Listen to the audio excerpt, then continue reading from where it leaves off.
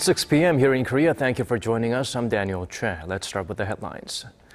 We did have some positive developments in the ongoing battle against MERS, but there are still new cases popping up daily. The government is now focusing on efforts to strengthen the monitoring of people that have come in contact with MERS patients. On the final day of interpellation sessions, lawmakers grilled government officials for not being alert enough despite a warning from the CDC regarding MERS a year ago. Taking the cue from the leaders of Korea and Japan, the militaries of both countries seem poised to improve exchanges, starting with upcoming defense ministerial talks and a possible joint naval drill. The number of confirmed MERS cases here in Korea continues to rise. The tally now stands at 179.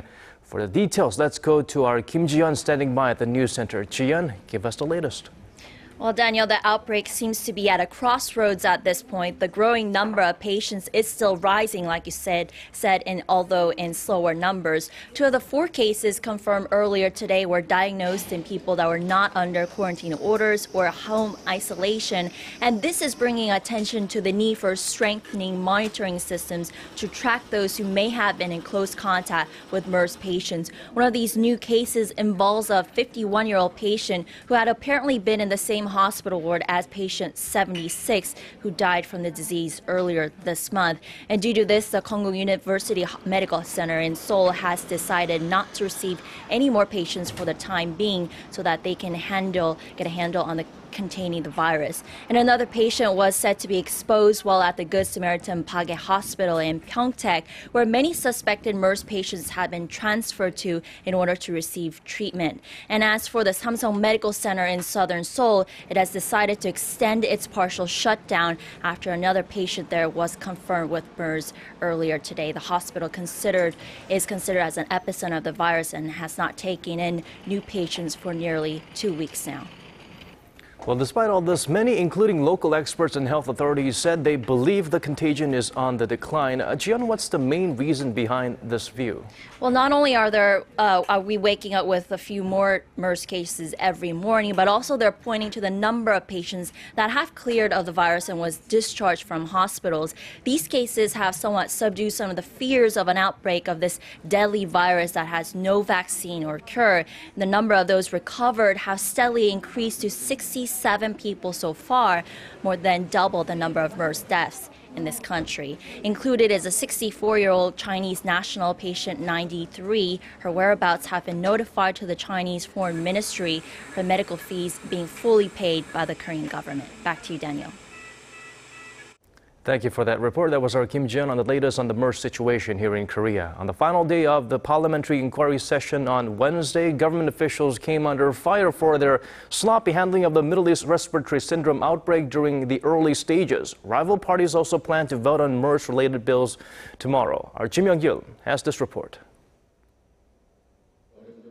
Ruling Saenuri Party lawmakers blamed the government for not being alert, despite the fact that Korea's Centers for Disease Control and Prevention was aware of the dangers of MERS a year ago. Korea's CDC warned about MERS last December. They even held a forum on contagious disease years ago. Now MERS is in Korea. What are you going to do about this? The Health Ministry has its own manual to counter the spread of infectious disease, based on which our Public Safety Ministry has also created a manual to deal with the current spread of virus. The National Assembly plans to vote on a set of MERS bills Thursday that propose financial support for MERS patients and people suspected of being infected with the virus, as well as a revised healthcare law. According to the revised law, the government must release a list of patients suffering from contagious diseases with information regarding their travel routes and the hospitals they visited tracked on a real-time basis. Lawmakers also questioned Prime Minister Park Geunhye on his thoughts about the revised parliamentary law. What do you think about this? From a legal perspective, we would have to conduct a more thorough assessment on whether the revised parliamentary law violates the constitutional separation of powers among the 3 branches of government. This controversial law is awaiting President Park Geunhye's approval, but she has threatened a veto as it empowers lawmakers to request changes to government ordinances. Political analysts predict that President Park will veto the revised law in the coming days, even as soon as Thursday. Kim Ji-yeon, Arirang News. Here in Korea, we're now more than a month into the MERS outbreak, and its economic impact is becoming more apparent. However, the Bank of Korea chief says the spending may be on track to slowly coming back to normal. For details, let's turn to our Shin Se-min. Korea's central banker Lee Ji-yeon thinks the unfavorable effects of the MERS fallout on domestic demand might be fading. Ahead of a meeting with local economists on Wednesday, the Bank of Korea governor said the weekly consumption data showed that while the figures slipped on an on-year basis, the extent of the drop has fallen compared to the first and the second weeks of the outbreak, offering a glimmer of hope that the MERS impact is weakening. For one, Korea's Shinsegae department store saw sales drop 4.5% last week after a drop of nearly 9% in the first week of June. But a smaller drop in consumer spending may not be a promising sign for the Korean economy, as the consumption data isn't the only indicator of the effects. It may be a little too early to say that the negative effects of MERS is tapering off. It's uncertain how big the impact may be, depending on the remaining period. Already, the central bank cut its key rate to 1.5% this month, a record low to buffer the economy from troubles caused by the virus. The government has also rolled out plans to support struggling sectors by allocating funds and delaying tax audit schedules. The finance ministry is still considering whether to issue a supplementary budget by the end of this month to help bolster the flagging economy, as Finance Minister Park Geunhye noted Monday that the spread of the virus has significantly subdued demand. Shin Se-min, Arirang News. In other news, the United Nations Human Rights Chief, currently in Seoul on a 3-day visit, met with 3 surviving victims of Japan's wartime sex slavery. He promised continued UN support for the women in resolving the issue. Our Hwang Sung-hee reports. UN High Commissioner for Human Rights Zeid Ra'ad Al Hussein visited the victims of Japan's wartime sexual enslavement, calling them the most important people to meet in Seoul. I cannot think of 3 more important people to meet in Seoul than these 3 very courageous, frail and quite old, but still very passionate about what they went through, their suffering and their caring for others who suffer still in so many parts of the world. With the recent passing of 2 of the so-called comfort women, only 50 surviving victims registered with the government remain in Korea. For decades, they have been waiting for Japan's sincere apology and compensation, but time is not on their side. 어떻게 될지 마음이 좀 떨리고 분하고 그래요. 불쌍하잖아요. 그러니까 저라도 해결을 빨리 하고 하늘나라 가야지 할 말 있잖아요. The UN Human Rights Chief said the voices of these women are the strongest and the most important in resolving the issue. He promised continued support from the United Nations, saying that the UN is consulting with the governments of Korea and Japan. My predecessor, Navi Pillay, spoke loudly about their continued suffering, and I have done the same, and I will endeavor to continue to advocate on their behalf. The meeting is expected to send an indirect message to the Japanese government to swiftly resolve this long-standing sensitive issue. Hwang Sung-hee, Arirang News. A local appeals court has sided with the victims of forced labor during Japan's colonial rule in their battle against Mitsubishi Heavy Industries. The Gwangju High Court on Wednesday ordered the Japanese company to pay a total of roughly $500,000 in compensation to 5 Koreans for forced labor. The plaintiffs are either victims or their surviving families. The court called the forced labor an illegal act that goes against humanity. The decision follows 2 other rulings in the Busan and Seoul High Court, also in favor of Koreans seeking compensation from Japanese companies.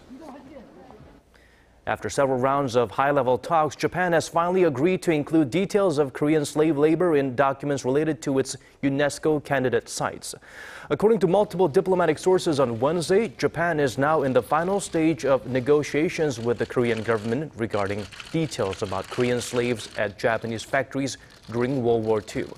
Korea wants Japan to acknowledge that the Koreans were forced to work as slaves, while Japan claims they were drafted into labor. The two sides are working to reach a compromise on this particular detail. The negotiations come after Tokyo applied to list 23 of its industrial facilities on UNESCO's World Heritage List last month, 7 of which turned out to be sites where Koreans were forced to work as slaves under Japan's colonial rule. Meanwhile, South Korea and Japan may be close neighbors geographically, but decades of historic antagonisms have kept it too far apart, at least militarily. However, our Handang reports that things are about to change. Marking the 50th anniversary of Korea-Japan diplomatic ties, leaders of the two countries earlier this week displayed their commitment to improving relations that have been strained over historical and territorial differences. And such a friendly gesture seems to be having a ripple effect in a zone that has remained frozen for years, the military. According to multiple government sources, the two nations are expected to increase military exchanges that came to a halt in 2012 over territorial disputes, starting with bilateral working-level defense talks set for this fall. Top military officials of the two sides will reportedly assess North Korea's recent military threats and discuss ways to tighten military cooperation next year. Also expected to be on the agenda is the sticking point of Japan's self-defense rights. Japan had agreed not to send its self-defense forces to the Korean peninsula without Seoul's consent during a security summit last month, and military officials are expected to discuss follow-up measures of the initial agreement. Seoul officials also say a joint Korea-Japan naval search and rescue exercise is planned in October. The biennial event was first held in 1999 and aims to promote cooperation in joint humanitarian missions. It'll be the first time in 13 years since the Korean Navy last participated in the exercise.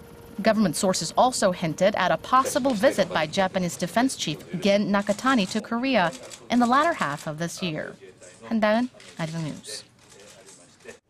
One day ahead of the 65th anniversary of the outbreak of the Korean War, President Park Geunhye thanked veterans at home and those who fought for South Korea as part of the United Nations multinational forces, stating that their love for the country and devotion helped protect democracy in South Korea and led to its rapid development. President Park vowed to ensure Koreans remember them.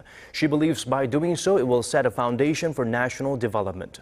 The president then said the government will continue projects to compensate veterans who haven't been awarded a national merit and also to excavate thousands of missing soldiers' remains until the final lost hero is found.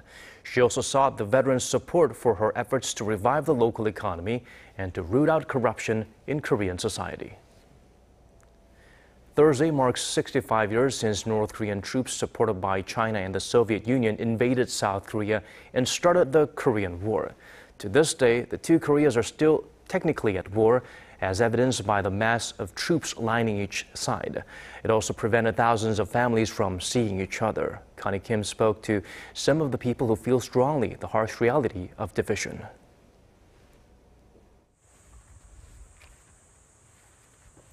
About 1.5 kilometers from where I'm standing is North Korean territory. It seems close, but it's been like another world for more than 60 years, as Korea is still the world's only divided country. The Korean peninsula remains visibly split by heavily secured barbed wire fences that stretch nearly 250 kilometers across a general outpost, the buffer zone between the south and the north.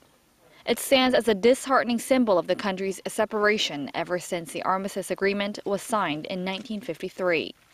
Nam Tae-wan, like his father, has been guarding Korea's demilitarized zone. My grandfather participated in the Korean War and my father served at the GOP, so I feel a strong sense of responsibility to guard the borderline. The reality that families torn apart by the war remain separated even though they live on the same land is still hard to accept to this day. Hyung Sun-bong, who for the past 41 years has been living in the unification village located just behind the DMZ, says this is the closest she can get to her hometown in North Korea. I moved here because I wanted to be close to the north, but time has passed by so quickly, I don't know if the two Koreas will reunify before I die. Fleeing with her uncle to the south the year after the war broke out, she never imagined she would ever see her parents, her brothers, and sisters again. If reunification comes, I want to go visit my hometown first. I don't know if I'll find my younger brothers there, but I want to walk the streets of my village. I can still vividly remember the roads of my town. More than 129,000 South Koreans are registered as having separated families in the north. Only about half are still alive today, desperately waiting to see their loved ones one last time. Connie Kim, Arirang News, Paju. Let's shift gears to a lighter story now. Most Koreans choose to move in the spring to mark a new beginning or start fresh in a new town. But that wasn't the case this year. The latest statistics show only 606,000 people moved last month. That's the lowest figure in 40 years for May. The government explained that less and less of the population congregated in metropolitan areas with balanced growth between regions and rising rent that eventually turned many tenants into buyers. Seoul lost 11,000 residents, while other provinces like Gyeonggi-do and Gangwon-do gained several thousand. A separate figure from the Land Ministry also showed housing rent transactions dropped 3.7% from last year.